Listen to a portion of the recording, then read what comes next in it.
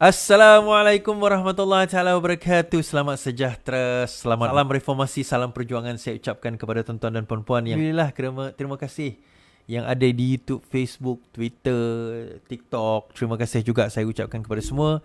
Dan salam sejahtera. Terima kasih kerana sudah memilih channel ini. Yang pastinya channel ini membawa berita isu-isu panas terkini. Sila pertimbangkan untuk tekan butang subscribe, like, komen dan share serta aktifkan lonceng notifikasi anda agar tidak ketinggalan dengan video-video terbaru dari channel ini. Terima kasih. Habis kat situ. Alright. Cerita menarik cerita yang saya nak bawa ni, cerita Wan Saiful Wan Jan. Berkenaan dengan di dalam parlimen tu beliau mengatakan ada dua perkara beliau katakan bahawa dia kata Perdana Menteri kita korup. Perdana Menteri korup. Bagaimana orang yang korup boleh jumpa dengan Agong tiap-tiap minggu? So speaker suruh tarik baliklah kenyataan tersebut. Okey, dia tarik balik. Kemudian dia menyatakan bahawa dia telah ditawarkan 1.7 juta.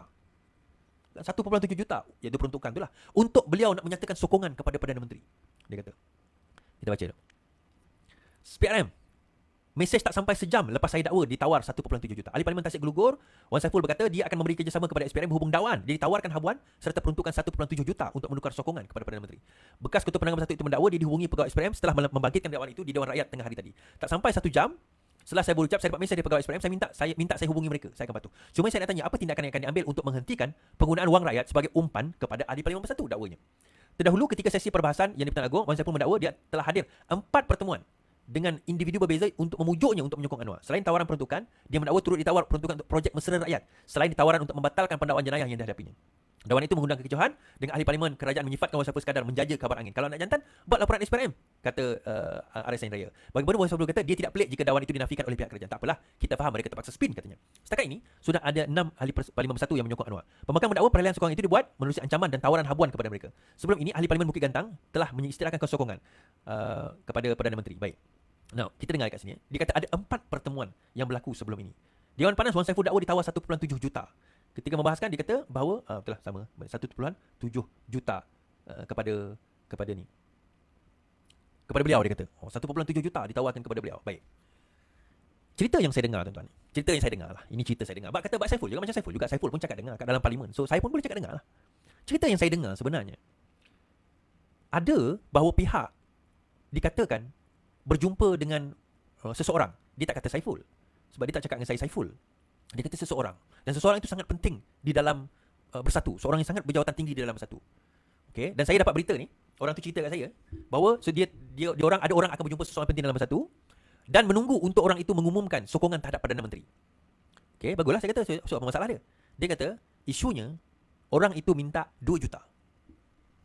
Orang itu minta 2 juta. Saya kata orang itu minta 2 juta. So ada orang nak bagi ke 2 juta tu, saya tak pasti, dia kata. Tapi sekarang ini memang dalam usaha lah. Orang tu yang masa tu dah ada 6 orang yang melompat. Dia kata orang tu minta 2 juta. Orang tu siapa? Pemimpin bersatu tu lah. Dia minta 2 juta ringgit untuk dia nak sokong Perdana Menteri. Okey, habis cerita tu. Lepas cerita tu berlalu, saya tanya lagi, saya message lagi kawan saya tu. So cerita 2 juta tu dah berlaku belum? Sebab tak nampak pun ada orang melompat dah lepas 6 orang ni. Dia kata tak berlaku. Kenapa? Sebab 2 juta yang dia minta tu tak ada siapa nak bagi. Rupanya, ni saya tak kata orang tu Saiful lah.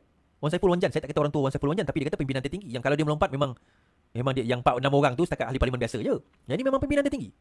So dia kata sebab dia tak nak dedahkan pada saya siapa orang tu. So dia kata 2 juta.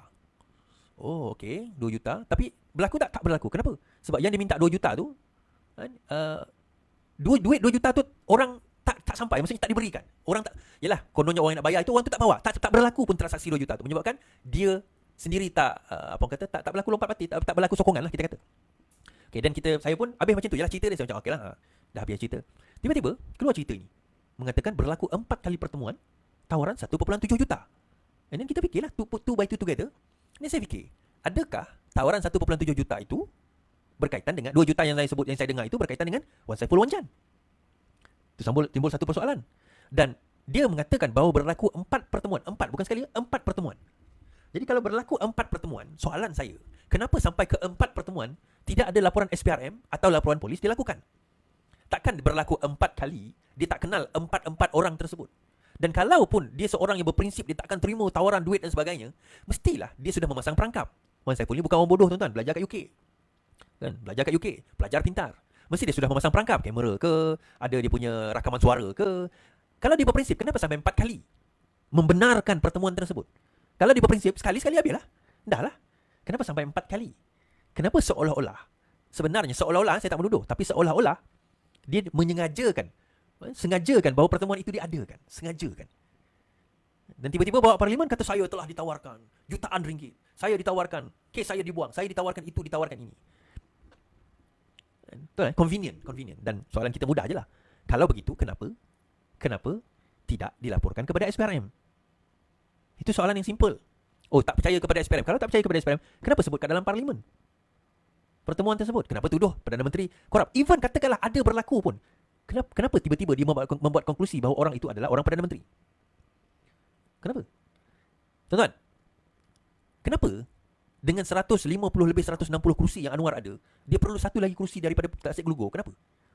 Dia berbeza zaman Muhyiddin Yassin dahulu, berbeza zaman Ismail Sabri. Pada masa itu memang kursi tinggal 1-2 je beza. Yang ini dah ada 160 kursi, nak pergi tawar, dia buat apa? Dia nak sokong, dia sokong. Tak nak sokong, tak apa. Itu timbul persoalan. Ke ini cerita angin yang dia saja-saja nak cipta?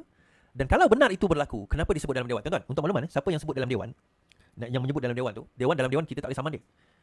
Bagi saya, kalau benar itu berlaku, dia kata Perdana Menteri korup, apa kata ulang di luar Dewan? Buat kenyataan di luar Dewan, mengatakan bahawa Perdana Menteri ini korup, offer saya 1.7 juta untuk lompat parti. Atau untuk menyatakan sokongan. Sebut dekat luar Dewan. Kita tengok. Kan? Kita tengok. Alright. Habis kat situ.